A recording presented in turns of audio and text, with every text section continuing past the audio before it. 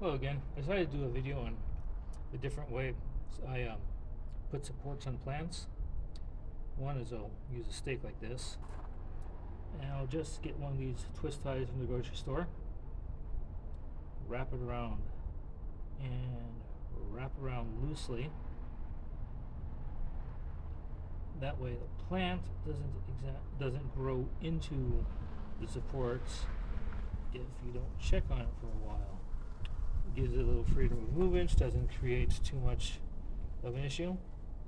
And the other way I do it is I use what's around me. Oftentimes, since I have this fence here, what I'll do is I'll attach a string to the fence, and I'll just make a loop,